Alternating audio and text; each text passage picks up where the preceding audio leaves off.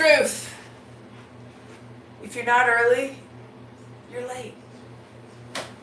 So if you come to Mobility Monday, all the Mondays, you're pretty much going to guess that I'm going to show up just a little early. So let's do what we always do. A little bit of foam rolling. And as we do this foam rolling, let's just really contemplate, why are you here, right? Why am I here?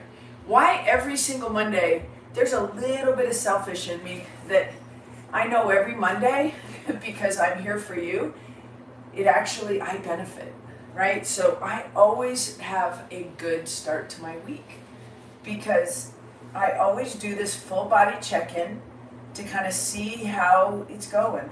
And I ain't gonna lie, I've been upping my training so everything gets a little bit more pronounced on the why we show up on Mondays and why we do mobility and why it's important.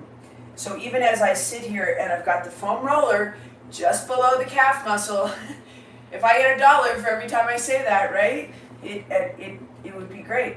But right below the calf muscle today, a little more spicy than usual. Had some good rides this weekend. Again, we're all following each other on Strava, and I put on a 3-hour ride, which many of you have gone much longer than that, no doubt. But that was for me one of the first 3-hour rides this year. So I'll be taking that in the next 40 days, probably up to 4.5 to 5 hours, mixed terrain, but it's going to take a little toll on the body. So as I go to this little place here, right below the calf muscle with a little bit of pressure onto the foam roller, I can feel that muscle is still a little bit fresh and it's still recovering. It's because there's a little bit of discomfort. It's not pinny, I'm not concerned, but it's definitely different and a little bit more there. So what it's going to do, first and foremost, if you feel this on Monday morning, you want to move the tissue. Again, we've been doing this a lot. You can use your hands to just move the tissue with the lower leg. This is going to give it the opportunity to absorb hydration and nutrition. So today's all about rehydrating, and rehydrating not just my body in general, but specific tissue. Anything below the knee is going to take a little bit more work because the tissue can become sticky because it's the first area that becomes dehydrated in the body, which is why the tissue becomes super vulnerable. So use your hands, you can use the foam roller, you can go get a massage, you can do whatever you want, but you want to pay attention to the tissue and the body parts, the ankles, the lower leg, the calf muscles, the soleus, the posterior tib, like the Achilles tendon, the plantar fascia, like everything that happens below the knees to get the tissue moving so that when you drink and when you move, that tissue has a chance to rejuvenate and come back stronger. That's the beauty of training, right? So we've got that lower leg taken care of. A lot of you guys rode a lot of bikes this weekend, so let's look at the 3 key areas that we're going to focus on. The lower leg and the ankle, everything around the hips. So had some athletes do really well this weekend in some racing, but then they had to get in the car and drive home. You know who you are, right? So when you sit in the car or when you sit on an airplane, this gets even more pronounced in the tightness, and we get the tissue around the hips and the hip flexors short. So let's just take a second with just a little bit of movement. We'll get a little bit of blood flow into the hip, just nice and easy. You can use this as your knee drive, so you know that this hip is moving because this knee is going over the toe, right? So just knee over toe, nice and easy. This is the hip. We're just feeding it a little bit of gentle movement. We're going to get after it with the foam roller in just a second.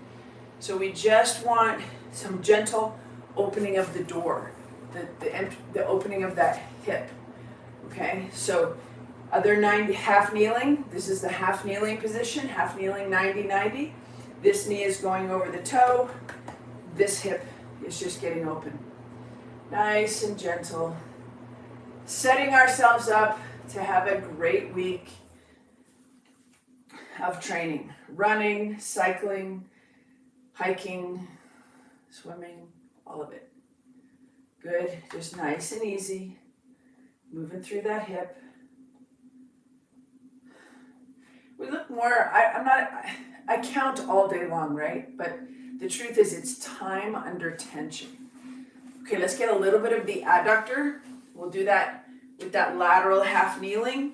And we're just gonna let the hips come to the front. So the shoulders just go a little bit into the back seat, and then the hips push into the back seat. Hips to the front, shoulders to the back. We're not trying to go to end range. We're just taking what the body will give us. Nice and strong through the chest. Chest stays up and open. You don't want to close it down, because the third area that we're going to go after is the chest and the upper back. So first one is ankle, lower leg. Second one is hips.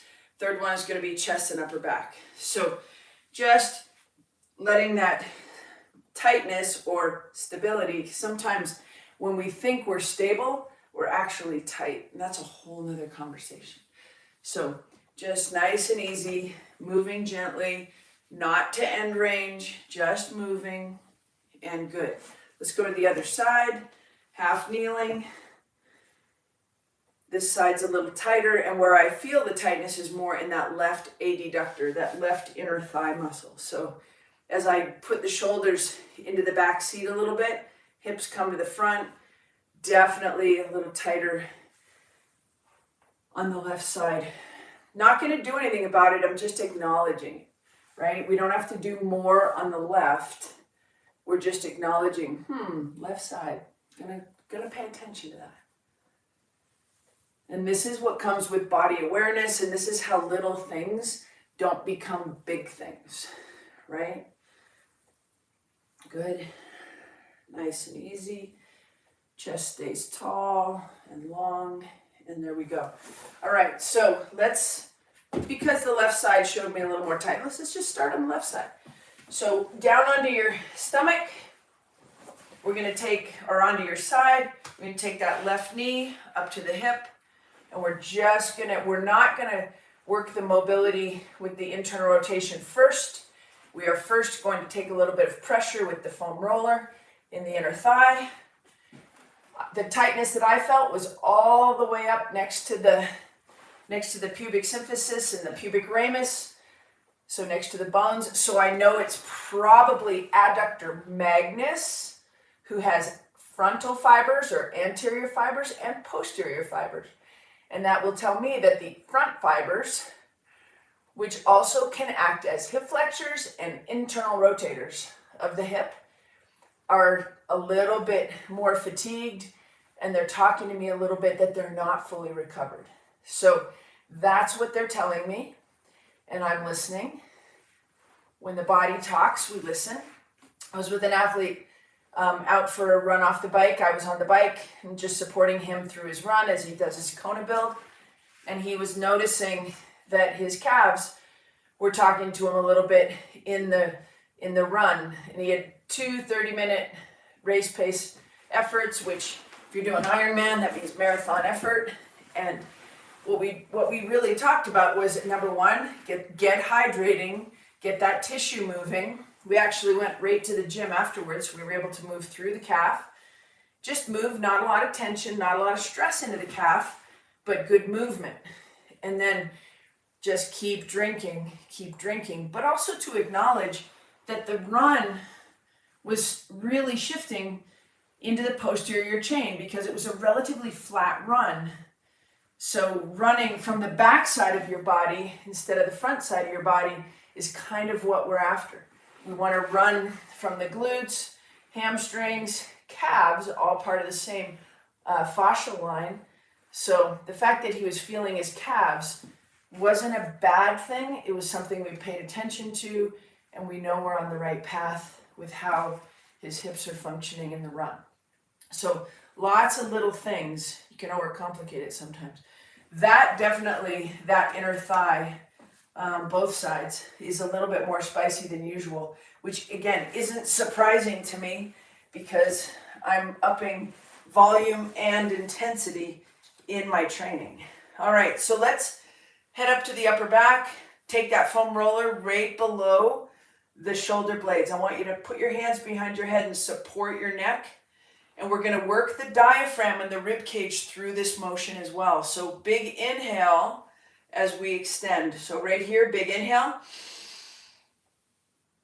And then exhale as we come back. And the ribs come down.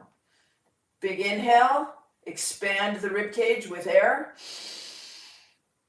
Extend the spine. And then exhale. Big inhale.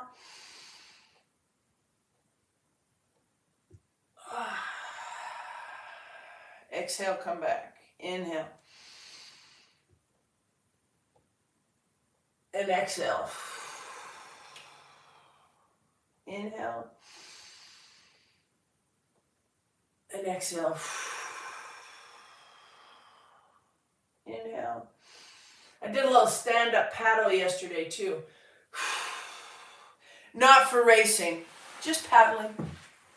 I don't think I feel that in my lats, but if you do a lot of stand-up paddle, you're going to feel that probably in your lats a little bit. And you want to make sure that that tissue is moving too. So lats definitely have an interaction with the rib cage. We want to make sure that that's glidey. That actually feels quite good to me. So moving the tissue just by, you're not necessarily creating a bunch of heat. You're just moving the tissue over top of the foam roller. And let's go ahead and hit that other side. Kind of moving kind of quick through this one. Right there, just nice and easy.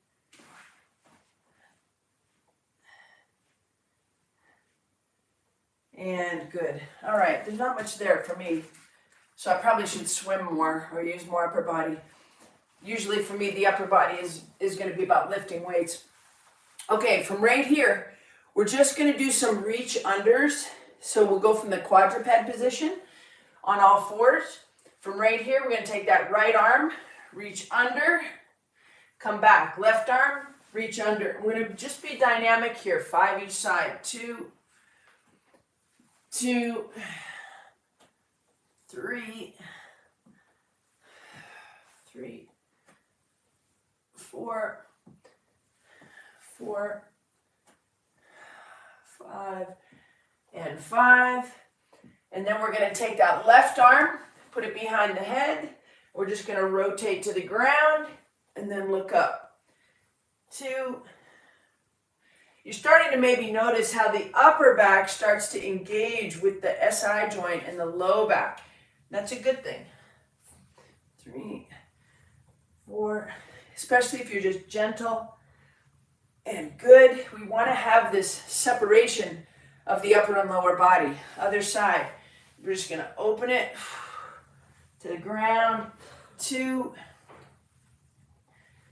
3, 4, and 5. And we'll go right back to those reaches, 5 each side. Same thing. This time, make sure that your palm is up and you're really reaching underneath the arm, okay? So right here, nice quadruped position, palm is up. Little deeper into that movement. Little deeper into that movement so the hips go back.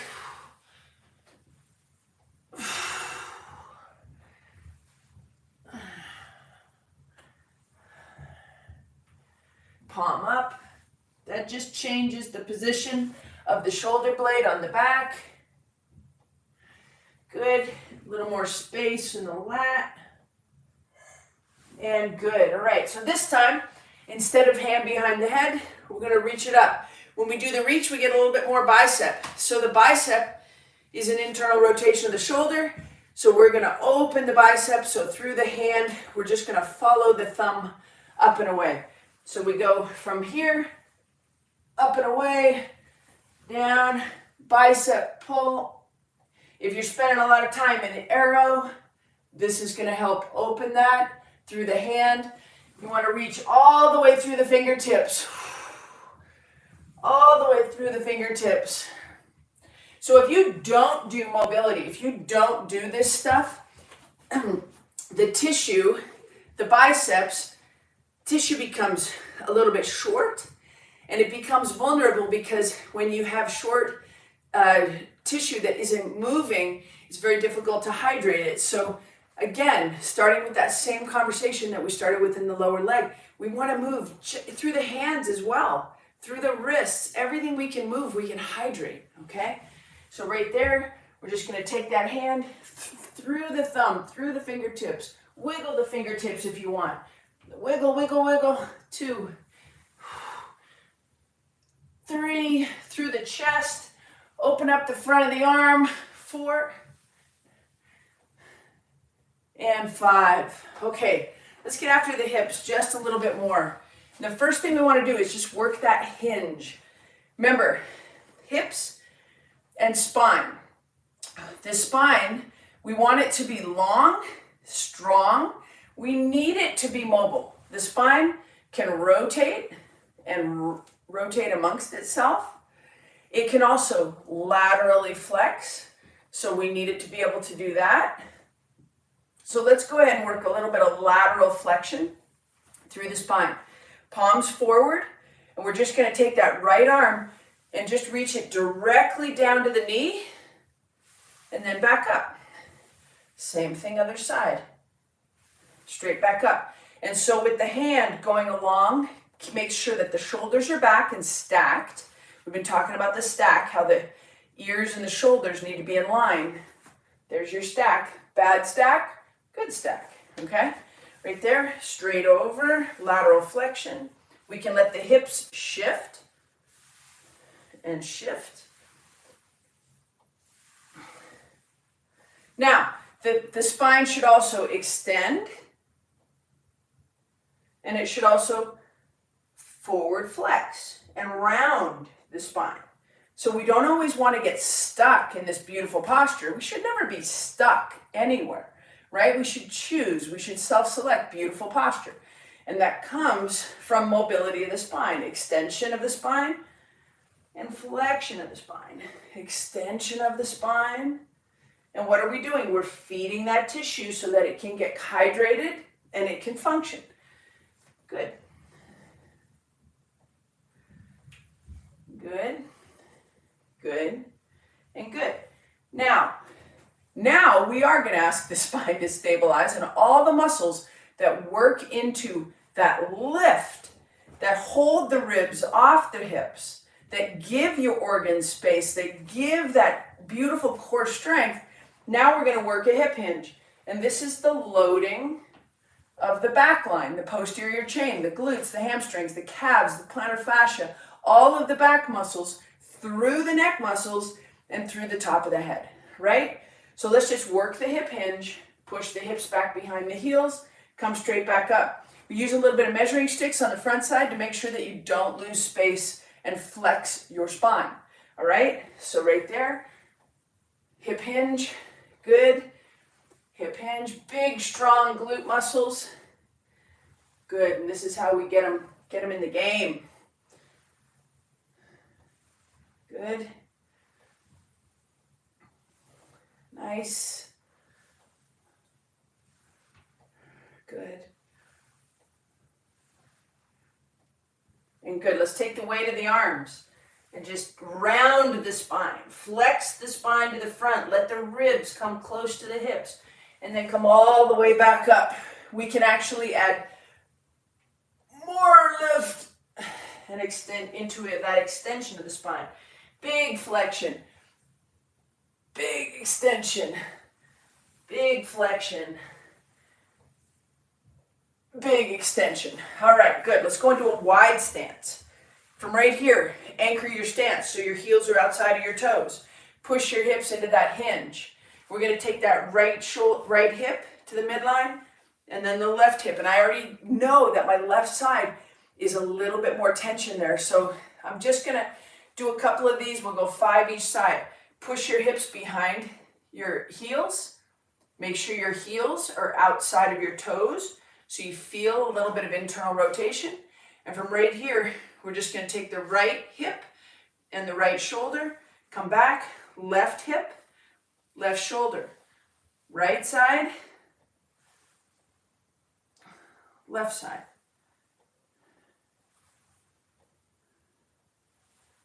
Hip rotators.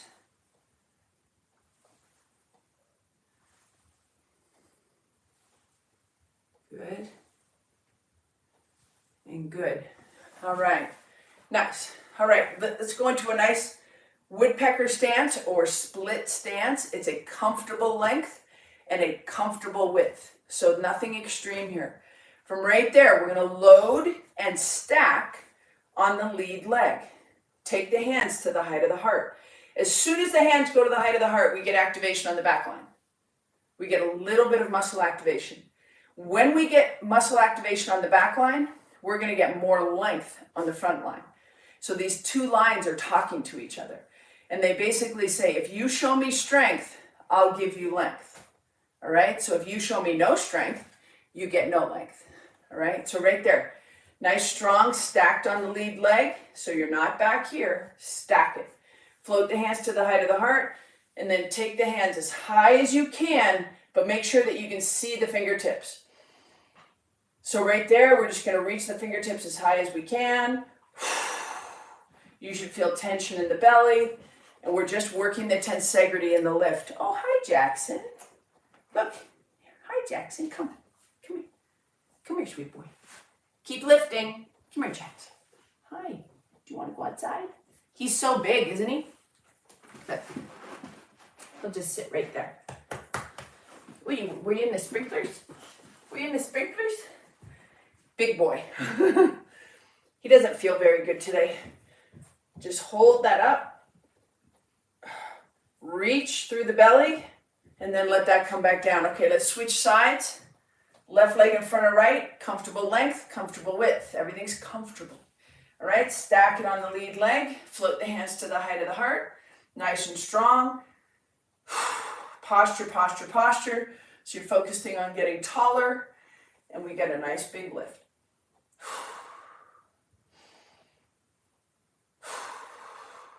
Work our breath.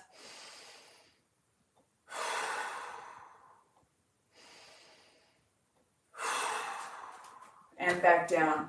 My suggestion, maybe do one more of those. So we call this the woodpecker stance in foundation training. It's a split stance for everybody else. If you don't want to do foundation training for some reason, you can just go right here into this beautiful posture. Hold yourself tall. Focus on holding the ribs off the hips. Nice big reach through the lats. The lats serve to pull the ribs up, and then we want to work the breath into expansion using deep breaths, and preferably nose-nose breathing. Thanks, you guys. Happy Monday. If you're in the United States and in North America, I know we celebrate it in Canada as well. It's Happy Labor Day. It's kind of the official end of summer. It's kind of my favorite time of year. So it's funny how if you're a fitness professional and the strength coach, a lot of times this is the time when most people really start establishing an amazing routine. They start thinking about off-season. They start thinking about becoming a better athlete. If you'd ever like to join me, try my whole strength program, how it functions into the Mobility Monday. Love to have you as my guest. Shoot me an email or just make some notes. Or send me a note here in the comments. Hope you have a great day. Happy Labor Day. Happy holiday.